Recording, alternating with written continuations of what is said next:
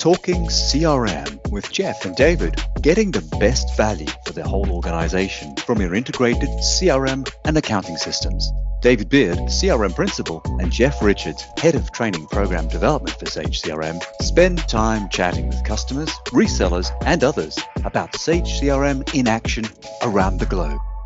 In this episode, Gary talks about managing the cultural changes with the introduction of a new system, the changes to closure rates and other metrics seen across the sales team, and the pivotal moment when CRM delivered a fundamental shift for their business.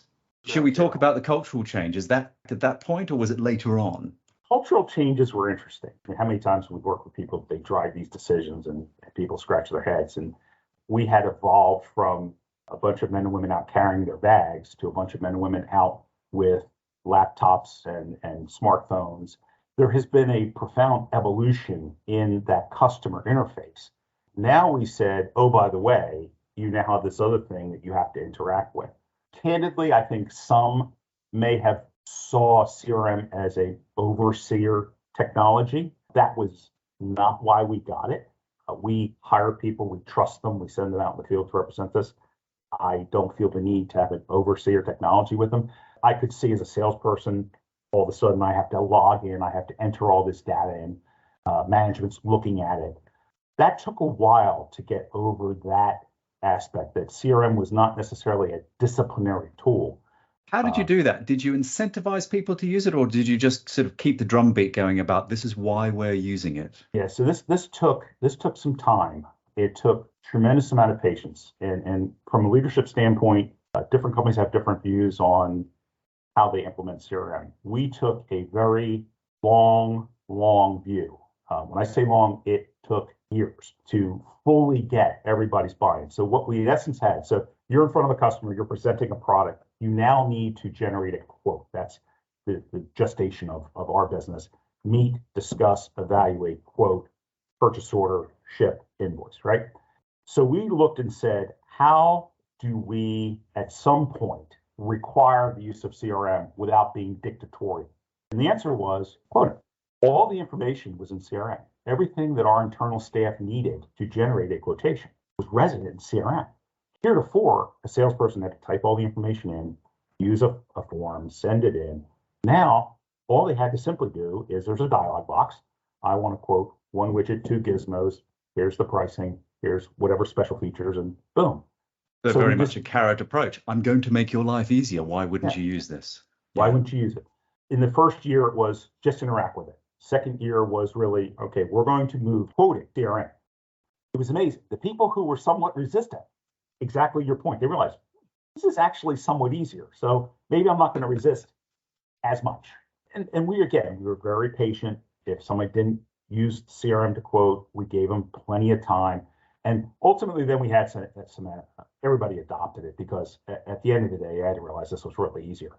Yeah. The next thing that we did was, earlier in our discussion, we talked about a lead.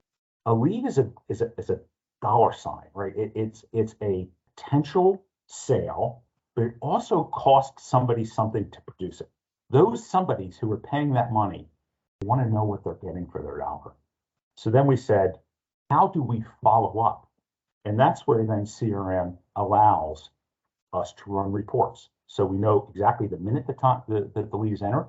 We know exactly when a quote was done. We know, or a customer says, no, I'm not interested, or whatever. Everything is memorialized. So it's no longer memory. We don't have to remember anything. We just go, I just run a report, and I can see and be able to provide feedback to our partners, our manufacturing partners. You spent all this money with this great ad agency, and they made all these promises. It's either there or it isn't. It's very black, it's very white. There's no gray, there's no interpretation. It is what it is.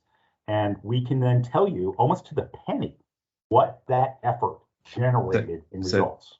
That's the beginning of a parallel chapter of return on investment story. It's not only the filing cabinets, the efficiency internally, it's the guys who are giving you money.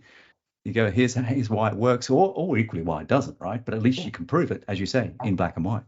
The other thing that we noticed, think about how the evolution of buying as a human being, just 10 or 15 or 20 years ago, if you wanted to buy a piece of capital equipment, it would not be uncommon for you to call a company, expect a day or two for someone to call you back.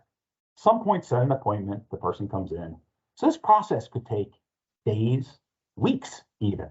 And you were okay with that because kind of that's the way things were.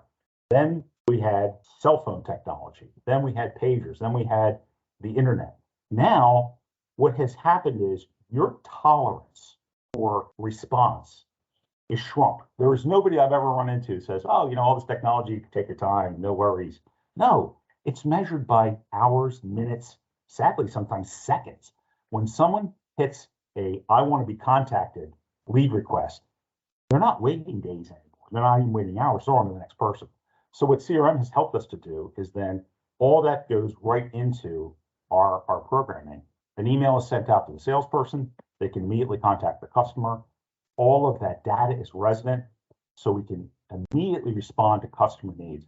And oh, by the way, if our salesperson happens to be on vacation, out sick, guess what? Our management team can then say, great, we see it, boom, we're right on it. And what we've found in the studies that we've looked at and the research that's been done, not by us, because that's not what we do, but we read bright people right on the subject, is your closing rate increases with the rapidity at which you respond to a customer, especially that initial response.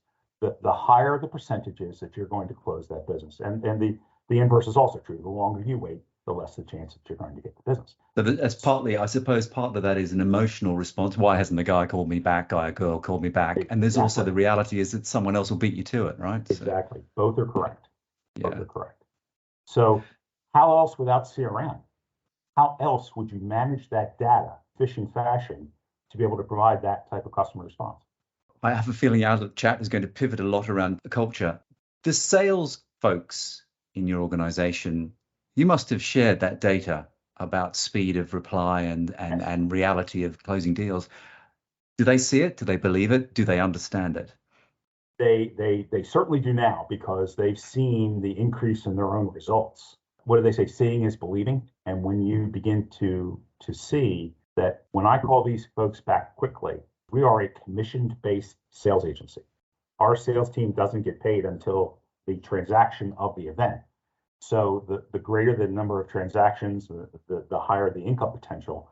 So they tend to understand very intuitively that tools and technologies that help them to close more business, it keeps customers happy. And we are in relationship building customers. So we're not like an automobile car dealership where you might buy a car from one dealer and then you probably want to buy that same make or model the next year.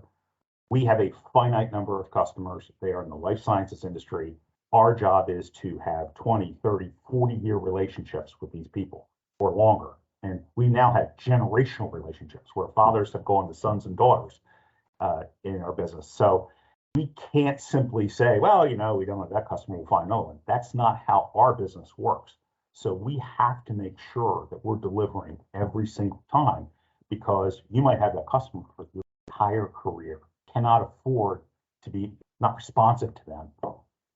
Do you ever use the system to tell you who of your customer base is not worth having? Or does it not work in your business like that? No, because sometimes with capital equipment, again, I'll relate to yourself. How many refrigerators have you bought in your life for your house? A couple, right?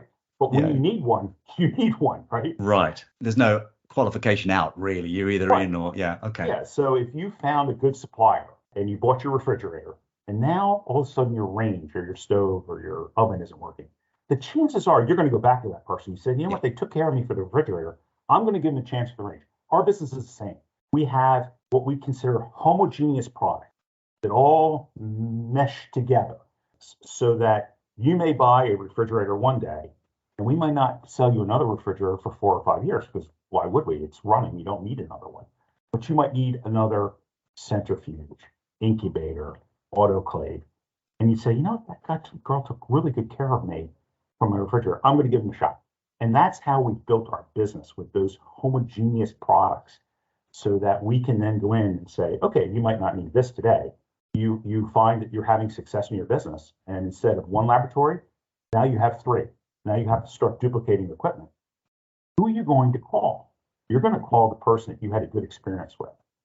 And we have so many stories of small little businesses, 1 and 2 person biotech companies that are now Fortune 500 companies that we started when they were in rented space and using hand-me-down stuff, and now you probably have them in your retirement account, and it's really, really cool to see it. And we're one of the few businesses where you can go from the bench to the boardroom in a matter of a couple of years if you have the right products.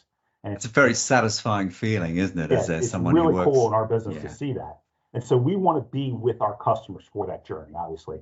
And so how do you do that when you're used to calling on Dr. A and Dr. B, and now all of a sudden Dr. A and Dr. B, they're way up in the stratosphere administratively. You have to be able then to accurately catalog all the people that you have to come into contact with. I would pose to you, if you're a salesperson and you cover London for us, you might have 200 or 300 quotes for 150 different customers. How do you stay current with that? How do you possibly follow up? How do you deliver the service our manufacturers expect us as salespeople to deliver? Having to manage that data at that level, day in, day out, week in and week out. The old days, what'd you do? You carried this huge attaché case with files and paper and all this other stuff. And oh, by the way, every year new products come out and you have to have paper versions of those too. Utterly impossible. CRM has allowed us to do it. It becomes what I'll term as a force multiplier. I can then have a single salesperson work more efficiently than he or she could have 10 or 15 years ago. What else have you done with partners? Because for you, I'm guessing this force multiplier expression you used earlier must work for you to be a trusted vendor on behalf of your partners. Am I right? Yeah, of course. Yeah, because we're constantly competing with other forms of distribution.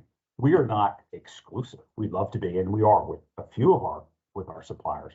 But the trends seem to be broad line distribution. So we have huge companies that we would be competing with, such as Thermo Fisher Scientific. You probably heard of them. It's a multi-billion-dollar concern. Has tens of thousands, maybe hundreds of thousands of employees. We're 75. If you're a manufacturer, how do I compete against that?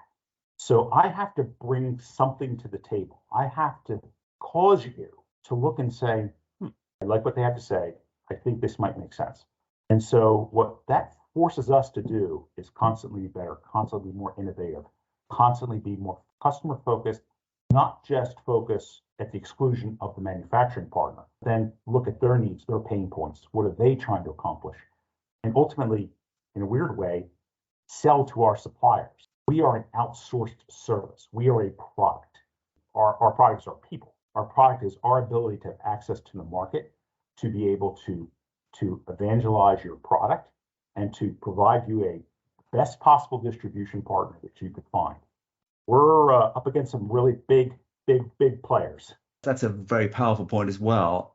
Can you measure that? Was there any particular pivotal moment when the system just delivered for the company that you said that was the change that was amazing? Yeah, I think I have one for you. We're always competing for the market share from our suppliers, right? So we have to prove we're a better choice. And one of the larger, most significant partnerships we had was with a multinational company who came in, and they had traditionally used smaller distribution throughout the States. And in essence, they said, why should we change? We're very happy, things are going well. And so we brought them in and we explained what our philosophy was and how we had a system, and the system was our state CRM. And it caught their attention because it turns out this was something they were looking into themselves. And they said, oh, you do? And the discussion pivoted from tell me about how you represent us to, tell me about all these systems you have and how does this work and how does this integrate and how does this connect to marketing? And it was a fascinating thing because you can imagine if you were in my place, you're here presenting your company. Now all of a sudden we're talking about a Sage product and how it's helping us to be better and helping us to manage data. And you've pivoted the conversation from you selling yourself to them buying from you at that point, right? Exactly. And the end result was that Friday, they had canceled their relationships with these other companies and had signed up with us. And it's been one of our most successful, shall I say, partnerships that we've ever had in our company. And I would love to think it's our wonderful, talented people because they are great and I love them. But they were focused on something that we had that differentiated us. They saw in our philosophy our automation and our ability to manage data. And that it all gets down to how do you manage data? How do you correlate it? How do you then prove return on investment, like we talked about earlier? And their other choices didn't provide them with that. And we did at LabRepCo. So for them, the decision was quite immediate, and it was quite successful. It's been, again, one of our most successful relationships we've had. And I wish it was just my wonderful personality, but it was absolutely, without a doubt, what they saw in how we used technology. In our case, it was the Sage technology that showed them that we were a serious player in it. And could manage their relationship. That's a fantastic story. In the next episode, Gary reflects on how being an employee-owned company has influenced employee ownership of CRM, how his 20-year relationship with their Sage reseller partner LLB Group has helped them realize the potential of CRM, and their plans for evolving CRM in the near future. You've been listening to Talking CRM with Jeff and David, getting the best for the whole organization from your integrated CRM and accounting systems.